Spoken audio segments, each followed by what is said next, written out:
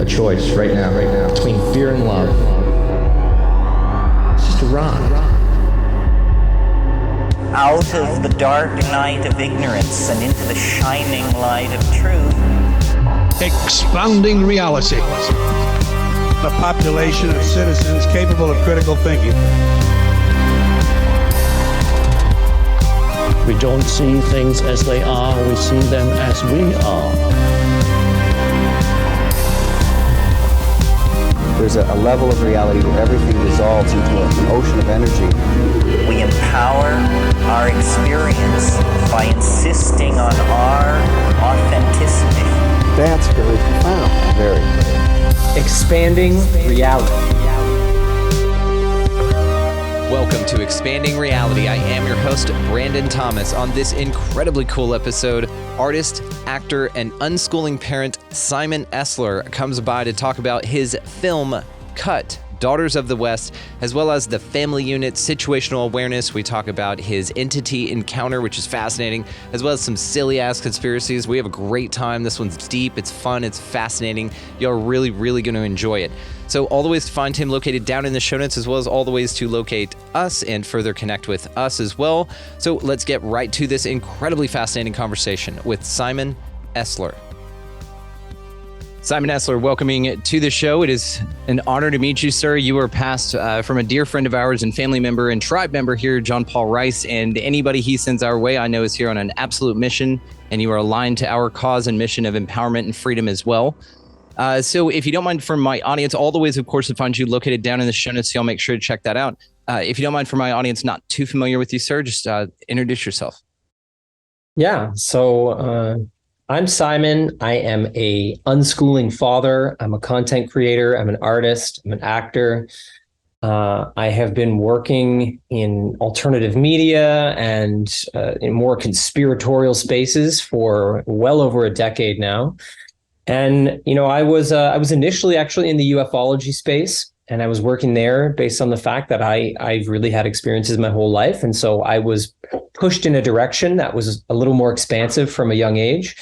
And I spent some years working within the ufology space, researching that area, sharing my experiences. I did a couple conferences. And then from there, I really focused my mission a little more on free thought. I wanted a more broad offering. And I was developing a think tank on Facebook that was sort of based in free thought, very research-based, and it was challenging official narratives.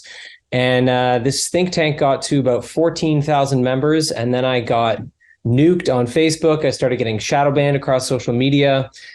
And around the same time, because of the work that I had been doing in the ufology space, with my focus on metaphysics and, you know, alternative history and occulted warfare, I actually got an offer to start producing shows for different platforms.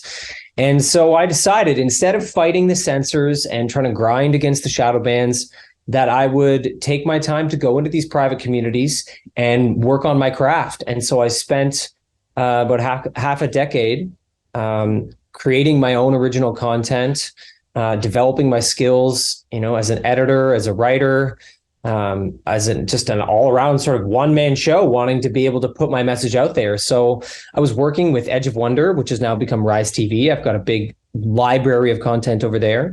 I've been working with Dauntless Dialogue and produced a whole bunch of content there. And now I've gotten to the point where I spent this time with these private communities, really honing my craft, taking control of my creations. And I've arrived at the point where I have released Cut, Daughters of the West, my latest film. And this is my first independent release outside of the streaming platforms that I've been working with, something that I'm releasing totally on my own. And I wanted to do that because I felt that if I was just going to release a film like this into those streaming platforms, it wasn't really going to do what it was intended to do, which is to save girls, because genuinely that was the impetus that drove me to make this film.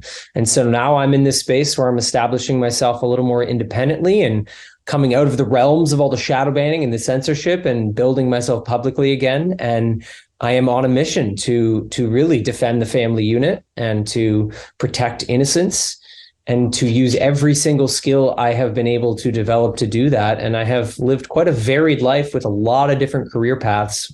So I have a unique skill set that I believe I can offer the world right now. It's fascinating. I have so many questions for you, my friend. I'd really like to know the motivation, like what got your heart in with the film Cut with healing young women in that way? What was your calling to that? It came from the research I had already been doing, focus on the war on the family unit. I had spent years before that researching this for a docuseries that I made that is on Dauntless Dialogue, and it's a series called Superorganism. And I arrived upon this concept of the family unit as a superorganism. And the way that occurred was quite naturally. When I was studying the war on the family, I decided to use these documents called the Toronto Protocols. And I talk about these a lot because they're very explicit in the ways that they describe warfare being waged against the citizens of the West to install a new world order. And they explicitly outline a war on the family unit. And so in Superorganism, I started researching these documents, and I noticed that they claimed that the family unit was a major obstacle to the installation of the New World Order because of its capacity to pass knowledge from generation to generation.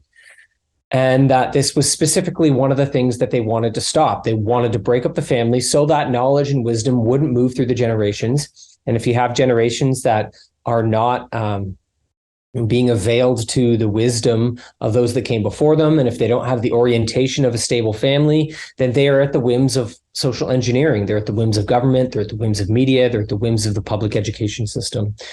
So in response to that, I decided to explore an ideal of the family unit, the actual opposite of what they're trying to do, which is the ideal of the family unit as a superorganism designed to actually gather human wisdom and to pass it on from generation to generation on many different levels. So there is on the basic sort of linguistic knowledge-based levels, but then also in sort of sub-linguistic ways that are more in terms of energy and consciousness and more subtle forms of psychology.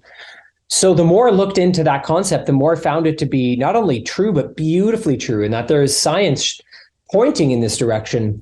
And so I was working with this series that was on the one hand, uplifting this ideal of the family unit, and then on the other hand, exposing the occulted war on the family. And the more I looked into the war on the family unit, the more it became clear that there are operations within this war that specifically target the mother, specifically target the father, and specifically target the children.